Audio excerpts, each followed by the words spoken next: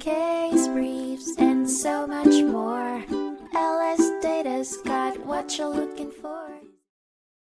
Revelations of a questionable real estate sale involving an elderly woman, Viola Farnum, and contractor Joseph Silvano III made legal headlines in 1989.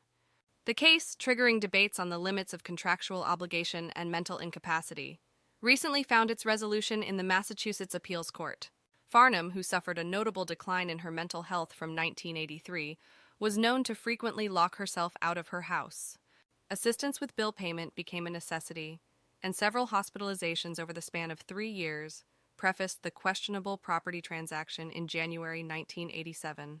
Her shaky mental status culminated in bouts of dementia and seizure disorder that eventually led to her confinement in a nursing home.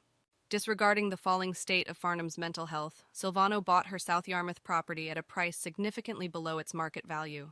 Their transaction, executed by a lawyer serving Silvano's interests, was curiously undertaken despite warnings from the woman's nephew and acting guardian. Initially, the probate court upheld the sale, citing a moment of lucidity on Farnum's part. Her nephew appealed this decision, sparking a protracted legal battle that put Farnum's incapacity at the center of contractual obligations.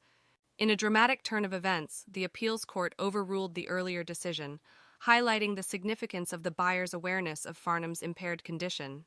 The court found the property deal voidable, underlining that the elderly woman lacked the necessary understanding to transact her real estate for less than its value because of her mental disease.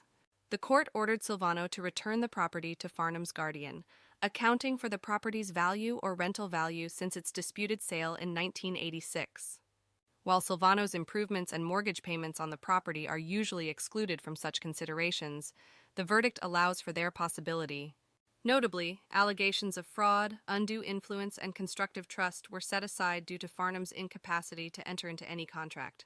The case now returns to the probate court for a judgment of rescission consistent with the appeals court's ruling, marking a remarkable step forward in the interpretation of contractual obligations in the context of mental health.